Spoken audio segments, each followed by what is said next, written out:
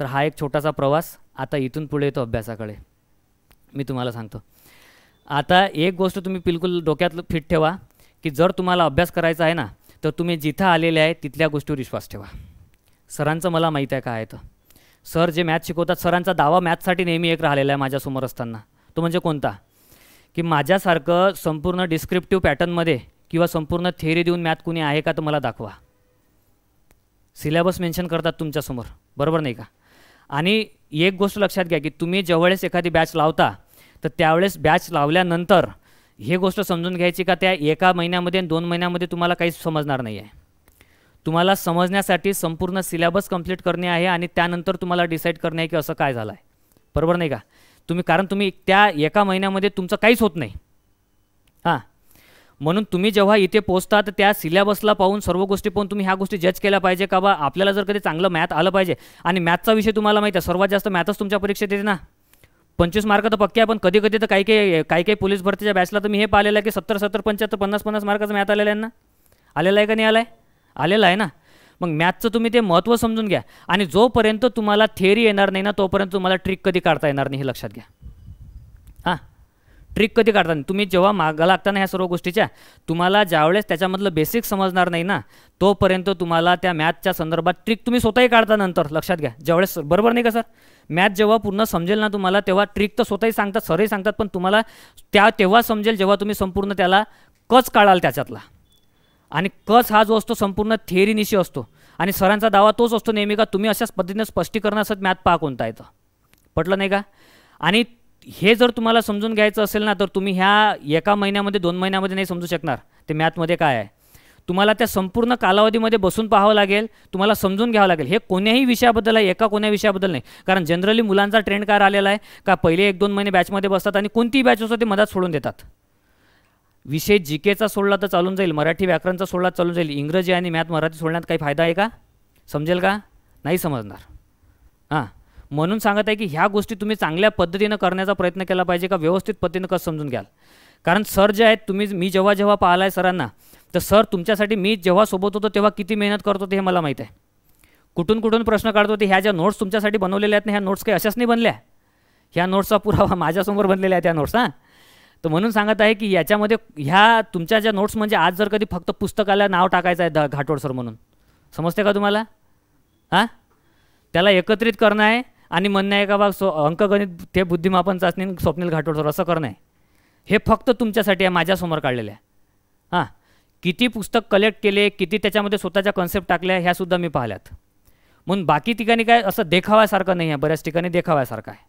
हां, तर तुम्ही ह्या गोष्टी जाणीव ठेवल्या पाहिजे का कशा पद्धतीने आपण करत आहे. आणि अडचणी आल्या तर विचारायच्या, पण काय करायचं त्या बॅचला संपूर्ण पद्धतीने न्याय देण्याचा तुम्ही प्रयत्न करायचा. कारण इथं माहिती आहे काय, एक मी तुम्हाला सांगत आहे, मी तुम्हाला आधी बोललो का इथं असणारा व्यक्ती जो आहे ना खूप जास्त जबाबदार आहे.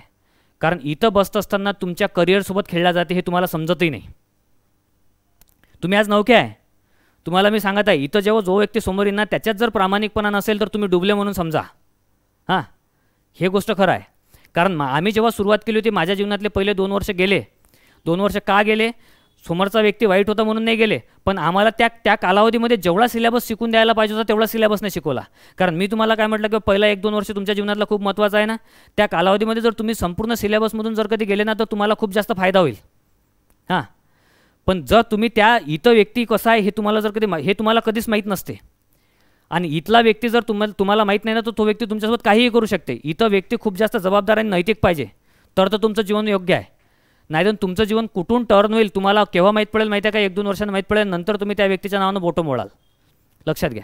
हां, आणि हे मला माहीत आहे का बा इथं काय विषय आहे. तर हां, इथं तुम्ही आल्यानंतर ह्या गोष्टीची जाणीव आहे का बा आपण मुलांच्या करिअरसोबत खेळून राहिलेलो आहे का नाही खेळून राहिलेला. हां, जर इथं थोडीशी जर चुकी होते तुमचं आयुष्य बर्बाद होते हे जाणीव आहे इथं सरांना, हे लक्षात घ्या. कारण मी सोबत राहिलेलं आहे, मी असंच बोलत नाही आहे, कारण आमचा प्रवास जो आहे तो 2017 पासूनचा आहे. हां, म्हणून मग एक तुम्ही जो आहे तुम्हाला जोपर्यंत एक योग्य मार्गदर्शक मिळणार नाही ना तोपर्यंत तुमच्या जीवनाचं काही खरं नाही आहे. कारण सुरुवातीच्या काळामध्ये आपल्याला काहीही समजत नाही, आपण याला त्याला विचारत बसतो, ह्या गोष्टी करत बसतो, त्या गोष्टी करत बसतो. पटलं नाही का. तर इथं जे व्यक्ती असतात त्यांना ह्या संपूर्ण कालावधीमध्ये माहीत आहे ना, सर्व गोष्टी माहीत असतात. आज परिस्थिती अशी मी तुम्हाला सांगत आहे, मी इथून निघून गेल्यानंतर मला 2 वर्षामध्ये स्पर्धा परीक्षेत काय घडून राहिलं मला काही समजणार नाही. सर कधीपासून शिकून राहिले, 13 त्यांना हे माहीत आहे का? मलाही उद्या उठून फोन करावा लागेल का सर आता असं असं करायचं आहे, काय करावं? पटलं नाही का? त्यांना ऑलरेडी माहिती आहे. सरनं जरी म्हटलं का बा मला एकाच विषयाचं माहीत आहे, बाकीच्या विषयाचं माहीत नाही, पण त्यांना सर्वच माहिती आहे स्पर्धा परीक्षेमधलं. माहीत आहे का नाही आहे? मग तुम्ही जे आहे तुम्ही मित्रासोबत डिस्कस केलीच पाहिजे, पण ह्या गोष्टी सरसोबत सुद्धा डिस्कस केल्या पाहिजे, ना की डिस्कस न करता तुम्ही बाकीचे निर्णय घेतले पाहिजेत.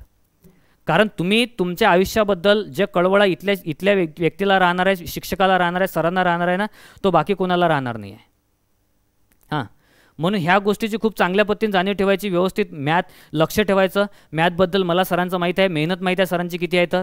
हां, कारण नाही तर तुम्हाला एक लक्षात घ्या, ज्याच्यामध्ये कॅलिबर आहे, ज्याच्यामध्ये क्षमता आहे, तोच व्यक्ती इथं हात घालू शकते.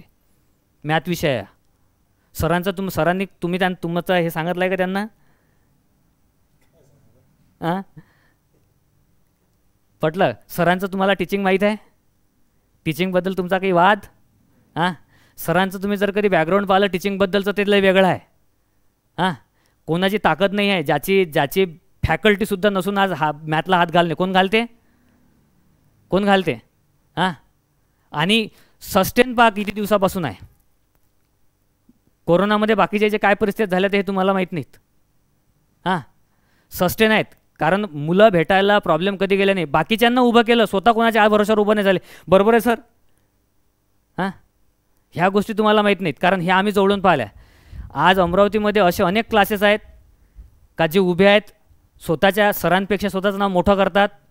मला माहीत नाही काय चूक आहे, बरोबर आहे मी बोलून राहिलो, पण मला बोलायचं आहे सरळ सरळ. हां, तर सरांच्या नावानं उभे होतात, उभे झाले, पण सरांचं जे नाव आहे हे तुम्हाला माहीत नाही. कोणाच्या भरोशावर उभं झालेलं नाव नाही, कारण सुरुवात आम्ही पाहिलेली आहे. सुरुवात ह्या हॉलमध्ये कशी होती, मुलं किती होते, काय होते, तेव्हापासून कायम आहे.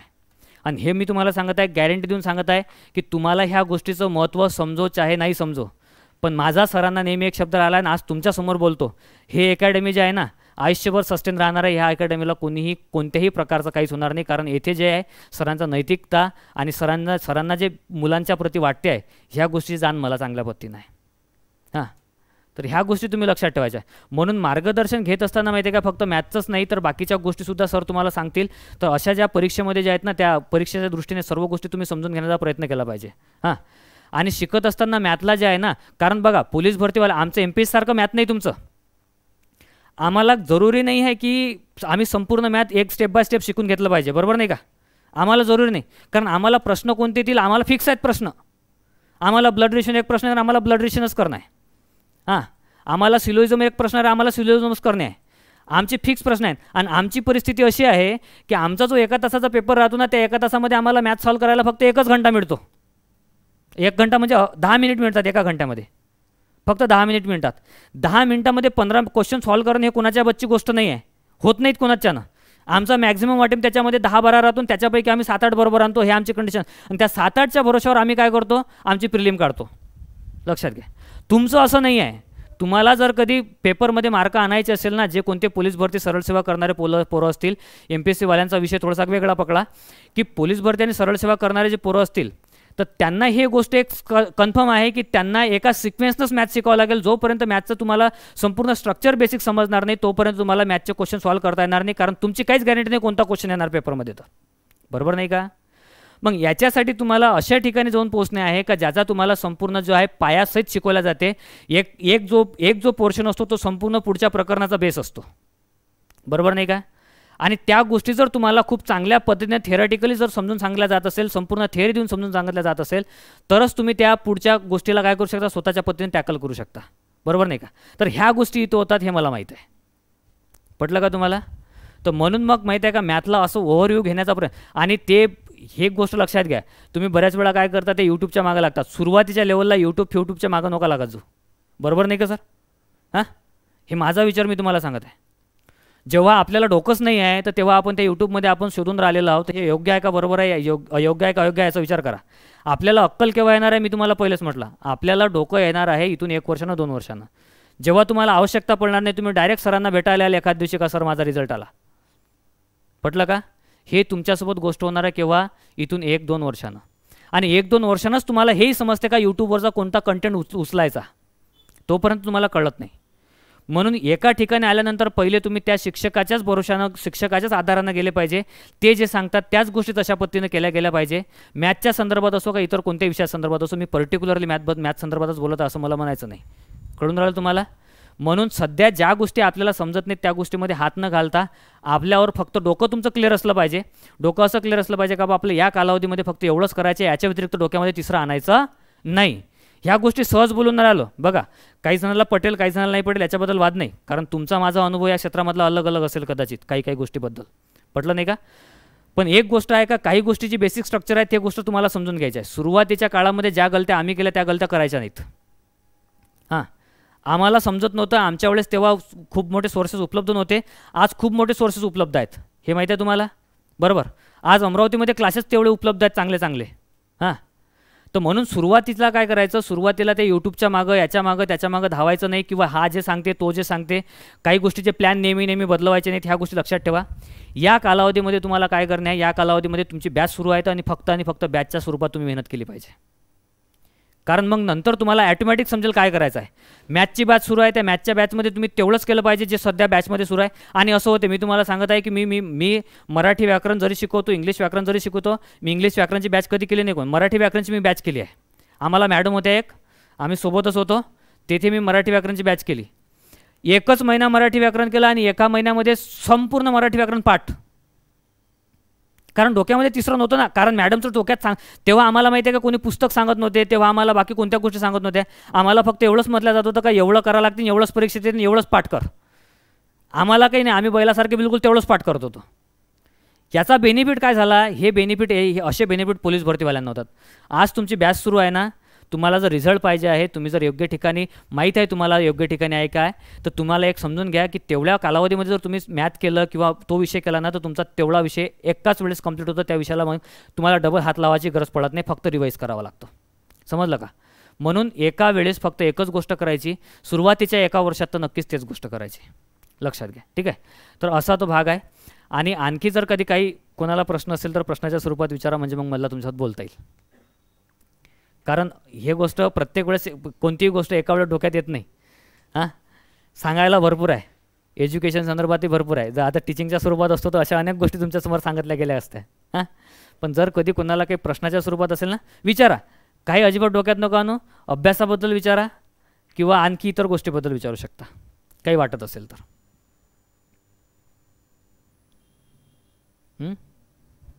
बोला बोला, भिवू नका, तुमच्यातलाच आहो मी, सरांनाही भिवू नका. हां, सांगा काय वाटते. हां, इंटरव्ह्यूसाठी प्रिपरेशन केली होती. इंटरव्ह्यूचा म्हणजे एक तर गोष्ट कशी होती, इंटरव्ह्यूचा विषय वेगळा. हे झालं माझ्या संदर्भात. मला असं म्हणायचं का तुमच्या संदर्भातले प्रश्न विचारा, म्हणजे त्याचा बेनिफिट काय होईल, तुम्हाला होईल. माझा इंटरव्ह्यूचा विषय असा होता का बा मी ऑलरेडी टीचिंग करत असल्यामुळे डेअरिंग ऑलरेडी आहे. हे गोष्ट डोक्यामध्ये फिट होती ना. पटलं नाही का तुम्हाला? त्याच्यामुळं मला हे माहीत होतं का बा बऱ्यापैकी चांगले मार्क्स मिळतीलच. हां, आणि यांच्यासोबत मी बोलत होतो, हे सुद्धा प्रिडिक्शन करत होते का एवढे मार्क मिळतील. म्हणून तो एक विषय वेगळा, तो माझ्या संदर्भातला विषय. इंटरव्ह्यूची प्रॅक्टिस केली, इंटरव्ह्यू दिल्या, बाकीच्या मॉक दिले, सर्व गोष्टी केल्या. हा माझा विषय. तुम्हाला मार्गदर्शनाच्या स्वरूपात काही जर कधी सांगायचं असेल, हां, कमी वेळेमध्ये बघा. एक तर काय आहे की पहिले पेपरच्या संदर्भात जर तुम्ही लक्षात घ्यायचं आहे तर पहिले काय करायचं, PYQचा अभ्यास करायचा. माझ्या स्वरूपात मी सांगत आहे, जे तुम्ही इथं करून राहिले हा तुमचा बेस आहे. आज तुम्ही PYQला हात नाही लावला, सर PYQ टाकतात हे मला माहीत आहे. कारण आम्हाला जेव्हा आमचा MPSCचा पेपर होता तेव्हा सरांचा फोन मला पहिला येतो, पेपर पाठवा. पटलं नाही काय? हे मी पाहिलेलं आहे. सर PYQ घेतात, तुमच्या नोट्समध्ये PYQ असतीलही, याच्याबद्दल वाद नाही. आज तुम्ही जे हे मेहनत करता हे मेहनत करा, पण एक वेळ अशी आणा की तुम्ही मॅक्झिमम PYQ कराल.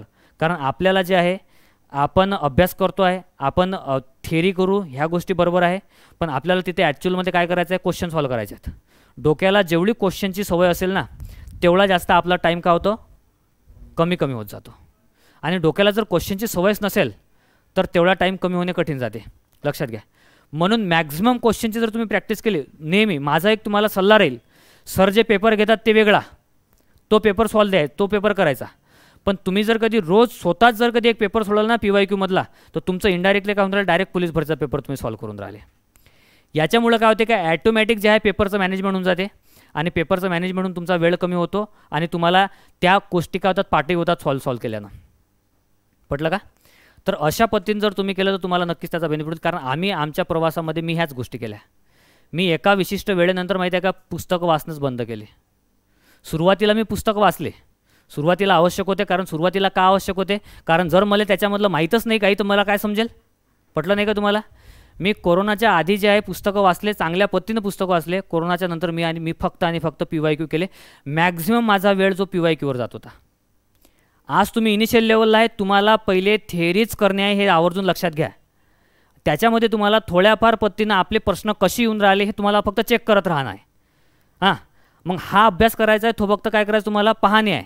मग नंतर तुम्हाला काय करणे आहे, हा अभ्यास तुमचा कंप्लीट झाल्यानंतर त्याचा अभ्यास तुम्हाला करणे आहे PYQचा, आणि ते पाठ करणे आहे. ते जर तुमच्या पाठ झालेत का नाही तर तुमचा ॲटोमॅटिक काय होते, टायमिंग कन्झ्युमिंग कमी होऊन जातो, तुमचा वेळ कमी लागतो तुम्हाला आणि तुमचा स्कोर ॲटोमॅटिक वाढायला लागतो. मग तुम्हाला काय समजते, पेपर सॉल्व्ह केल्यानं तुम्हाला त्याच्यामध्ये 50-50% येता येते, एलिमिनेट करता येते, उत्तर काढता येते, हटके उत्तर कसं काढायचं, काय कसं करायचं, ह्या सर्व गोष्टी तुम्हाला समजेल. म्हणून मॅक्झिमम मेहनत कशावर करायची, PYQवर.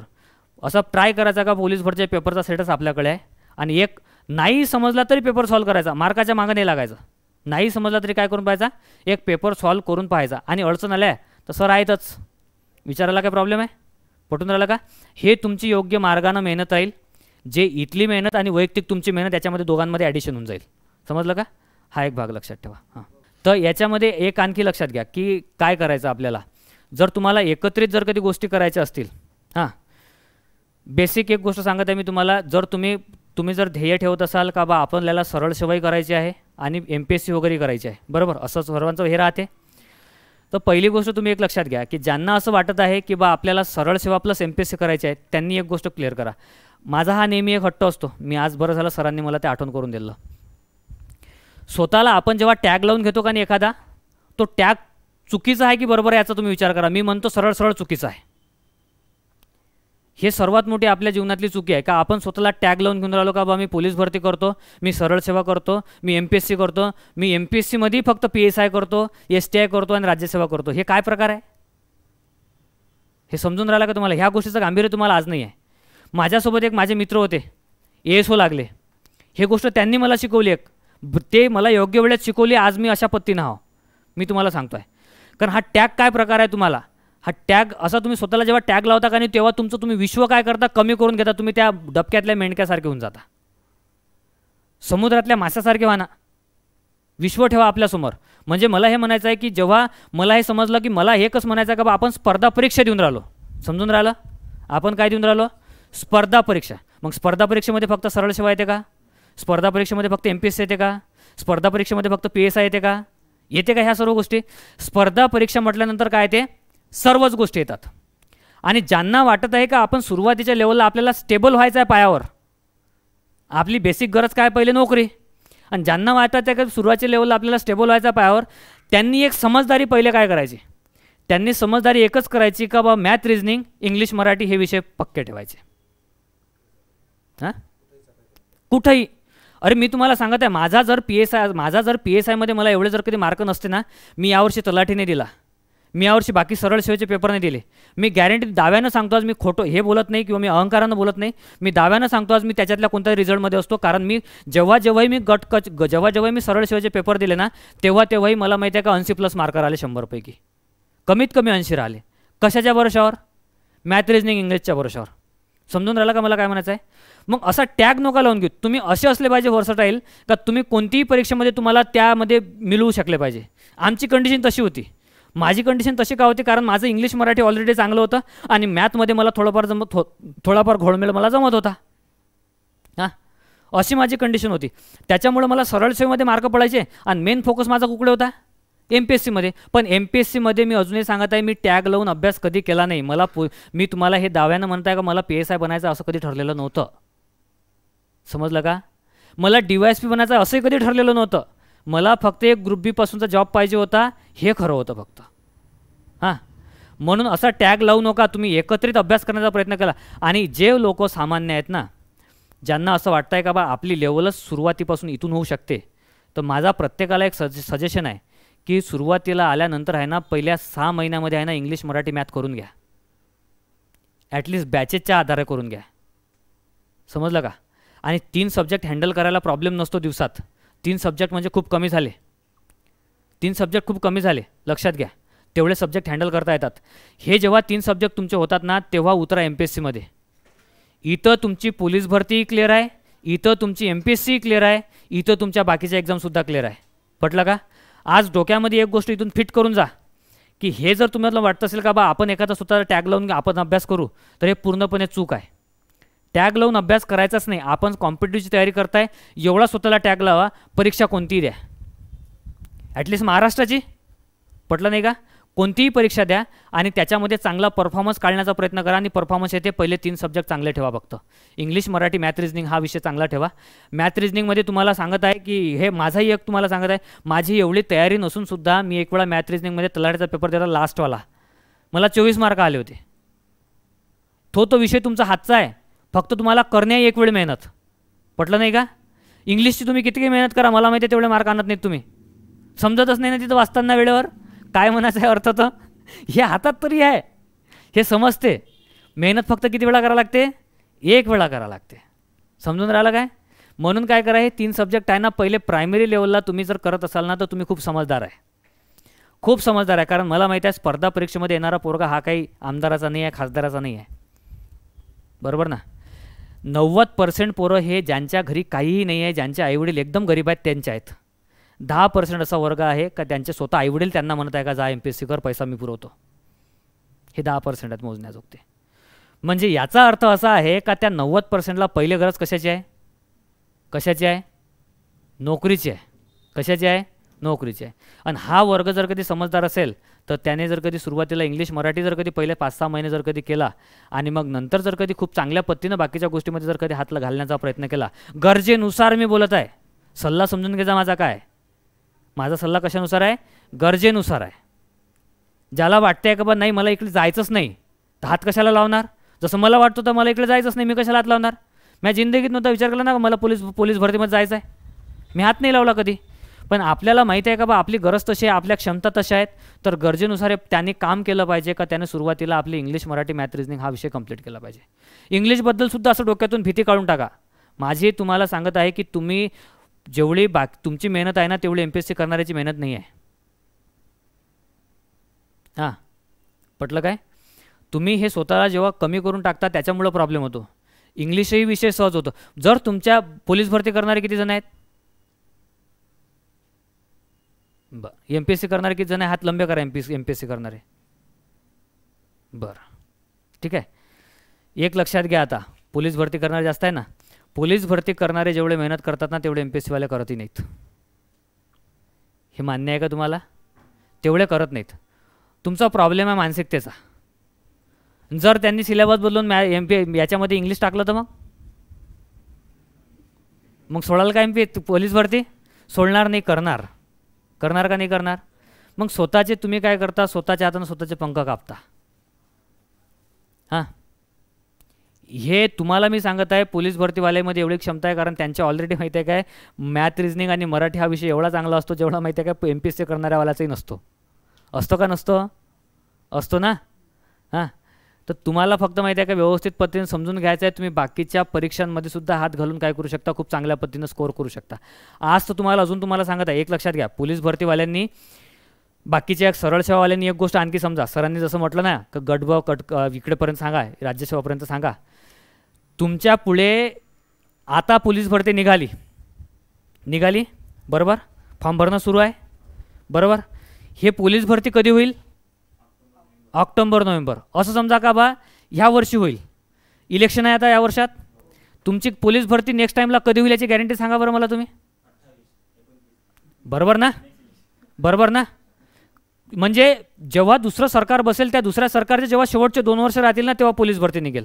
पहिले 3 वर्ष काय कराल? हातवरती टाईमपास कराल ना, वाया तर चालले ना.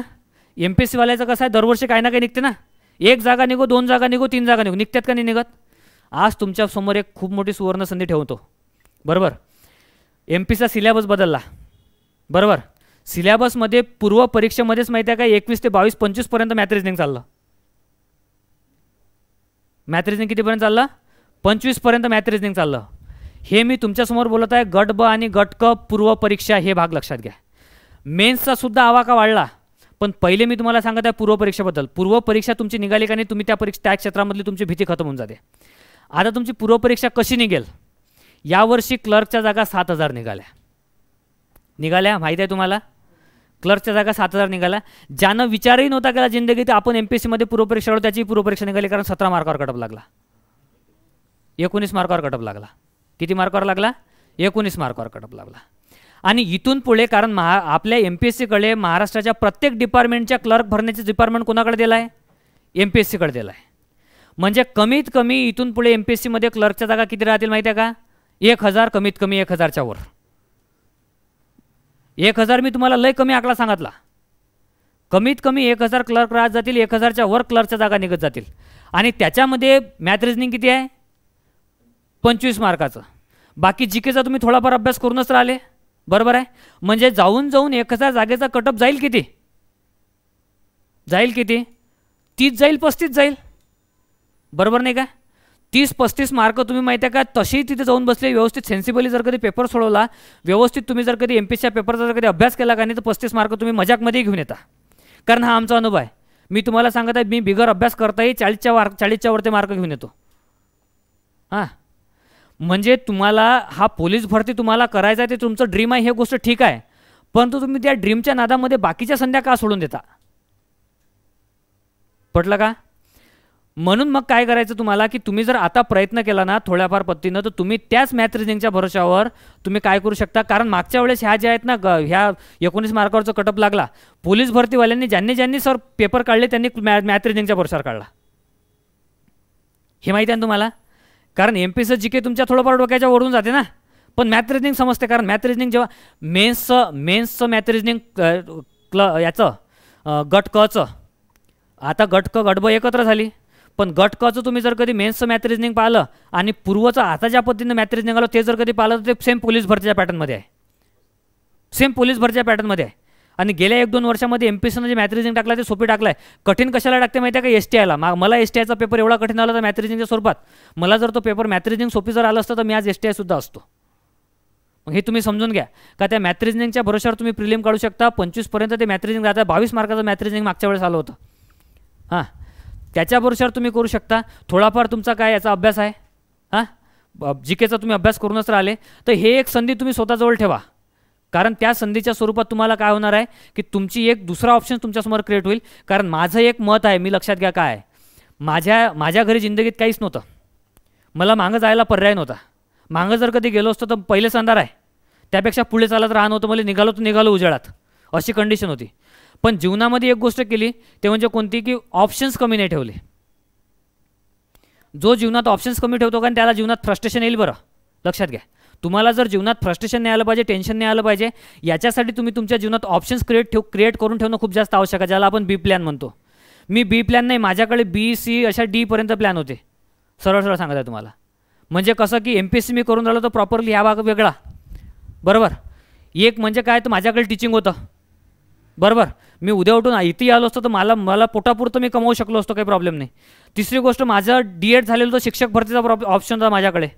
बरोबर. हा शिक्षक भरती ते झालं. माझ्याकडे आणखी एक ऑप्शन होता, माझं सेट झालेलं पॉलिटिकल सायन्स, माझ्याकडे लेक्चरशिपचा आणखी ऑप्शन होता. पटलं का तुम्हाला काय म्हणायचं आहे? म्हणजे माझ्याकडे हे पर्याय उपलब्ध होते, त्याच्यामुळे मला टेन्शन कमी येत होतं. आणि दुसरी गोष्ट, मला विचारणारं कोणी नव्हतं. मी माझ्या मनाचा राजा होतो.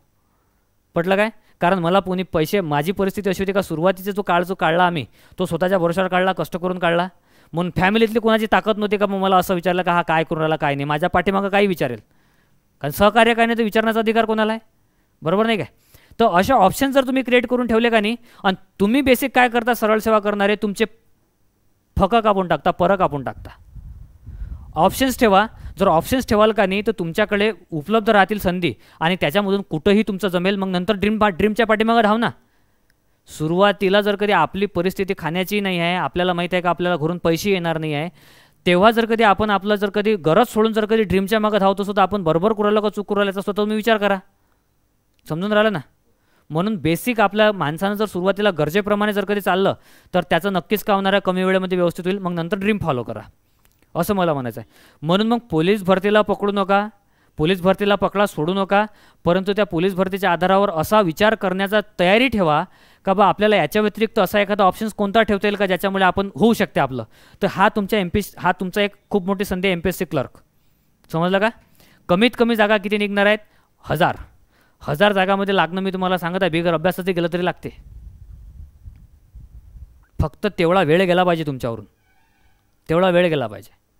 कारण माझी तशी कंडिशन आहे, माझं जेव्हा ग्राउंड सुरू होतं 20 आणि 21चं तेव्हा माझा अभ्यास पूर्णपणे बंद होता, पूर्णपणे बंद होता माझा अभ्यास. पण हे जे विषय आहेत माझ्या डोक्यात पाठ आहेत, इंग्लिश मराठी बरोबर. आणि मला माहिती आहे का, मग मी प्रिलिमला जर कधी बिगर अभ्यासाचे गेलो तर कमीत कमी मी 40 मार्क काढून येतो. कमीत कमी रेंज माझी 40 मार्क काढण्याची आहे.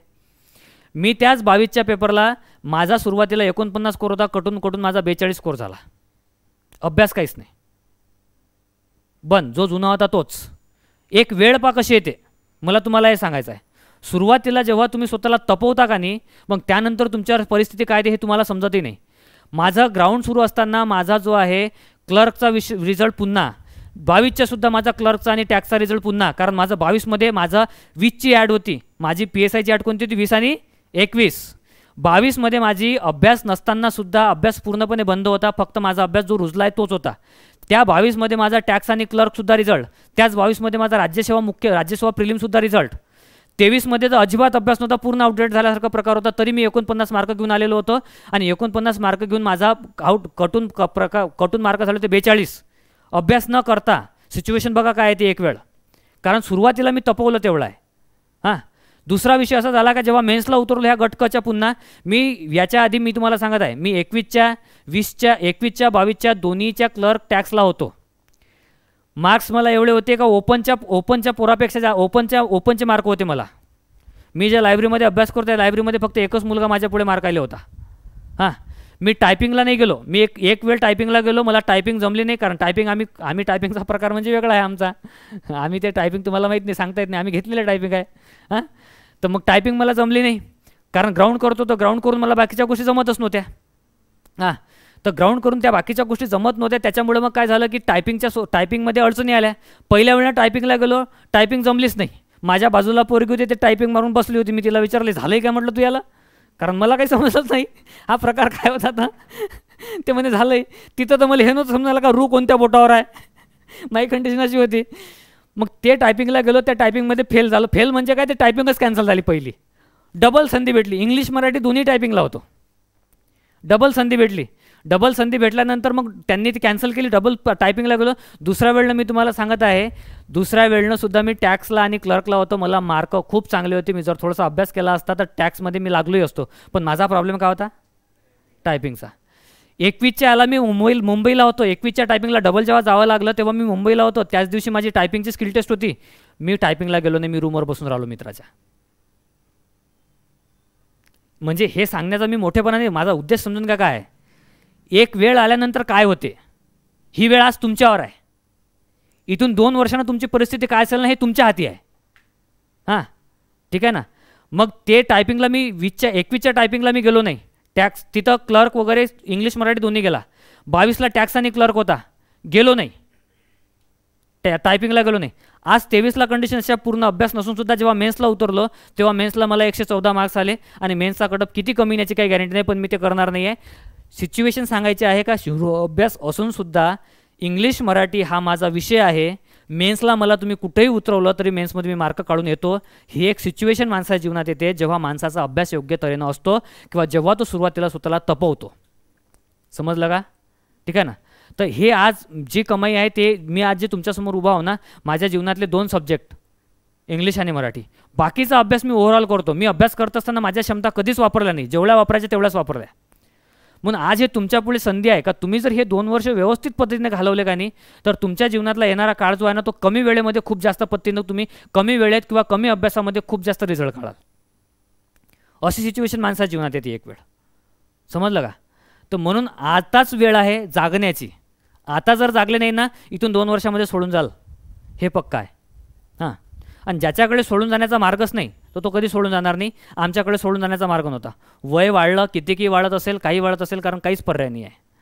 मागं जाऊन काहीच करू शकत नाही. अमरावतीमध्ये आलो, अमरावतीच भविष्य होतं, अमरावतीच सर्व काही होतं, अशी कंडिशन होती.